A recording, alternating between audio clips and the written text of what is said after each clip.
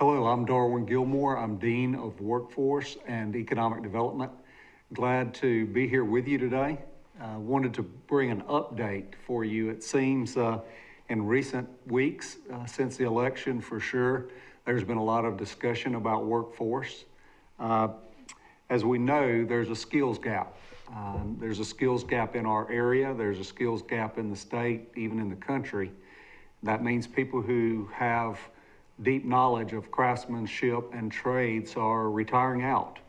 And we're about the business of replenishing that talent pool and establishing a talent pipeline that can allow companies to come in here and thrive. And in fact, a stat, 8 out of 10 new jobs are going to require some kind of post-secondary instruction. But in fact, fewer than half of our high school freshmen are actually going to go into any post-secondary after high school. So we're having trouble with aligning the business talent required to the businesses. So we're working on that. That's our goal. That's my goal. That's what I'm hired to do here. The governor says actually that he wants to be number one in workforce by 2030 and is beginning to put things in place now to achieve that. Upwards of about $50 million is going to be infused into both secondary and post-secondary school systems. But I realize that people don't understand sometimes where we are. Florida is only about the middle of the pack. We're about number 24 in the country in actual workforce readiness. So we're gonna have a lot of improvement to do to become number one, but we're ripe for that. And just an overview again of all of our programs. Our programs consist of public service, which is law enforcement, corrections, and firefighting. And right now we are having a tremendous upsurge in firefighting students. We're so proud of what's going on in that program right now with Alan Clayton. We probably have over 20 students, over triple the number of firefighting students that we have had in the past. We're aggressive, we're out here, we're able to offer some funding support. So anyone who's in that marketplace, they're considering that career path, both the city and the county here locally are encouraging us to continue forward with these kinds of programs. But we're really excited that actually we're doing some live fire training just yesterday. The corrections side is continuing to improve. We've had, that is always pretty steady, but has really had an upsurge in the last year or so. There's incentives for that. People, certain prisons, both DOC and private prisons, are offering really good pay packages. There are some signing bonuses that are going on there. So our corrections department certainly looking for you. If you want to consider that kind of career, a hazard pay for retirement structure is something that people don't understand often, and it's a very good option. Law enforcement, all of the creativity that goes into that and the changes that are going on in that with simunitions, with our teen driving challenge, with things that are trying to make our community better. I'm excited about our law enforcement programming. Just come talk to Stephen Stewart for that, talk to Lou Daniels about corrections, and Alan Clayton about fire. But Jamie McAllister is our Director of Public Service. He oversees all three of those programs and just doing an outstanding job. In fact, we just attended a memorial service for fallen law enforcement officers over the past 100 years here and moving. And we really want to show dedication to that service. And we thank you. We thank all the law enforcement officers, all the first responders for their tremendous support for our area. And we know it even better during Hurricane Michael and the aftermath. Cosmetology. We have a young lady right now who's driving from Tallahassee. Hate to call her out like this, but I will. It just so happens her family owns multiple salons and is very familiar with what it takes to be successful in this business, and she drives by several schools to get to us and to come to our training. And Paige Vanderwerf, Ada Scott, do an outstanding job there. It's one of our longest running programs. It has pivot point technology. It's a high-tech program. Many don't understand that, but we're excited about the continuity there. They use iPads every day.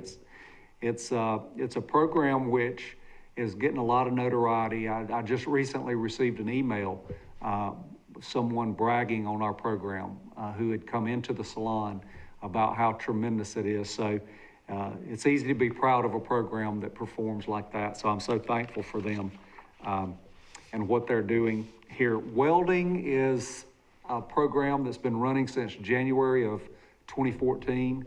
Again, it has come and gone with the economy, but it's been running since then and has state-of-the-art equipment. We recently received a Jobs Growth Grant Fund, which was about $76,000. We added a mill, a lathe. Those are manual mills and manual mill and lathe.